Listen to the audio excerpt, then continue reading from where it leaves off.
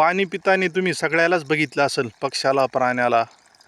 पण पाणी पितानी तुम्ही कधी धरतीला बघितलं आहे का?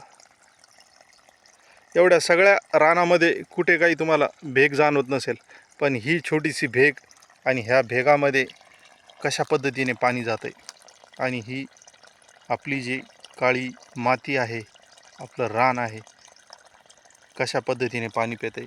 मागच्या 5 मिनटापासून मी इथं पाणी चालू ठेवलं आहे, पण अजूनसुद्धा या लेवलपर्यंत पाणी भरलं गेलेलं नाही आहे.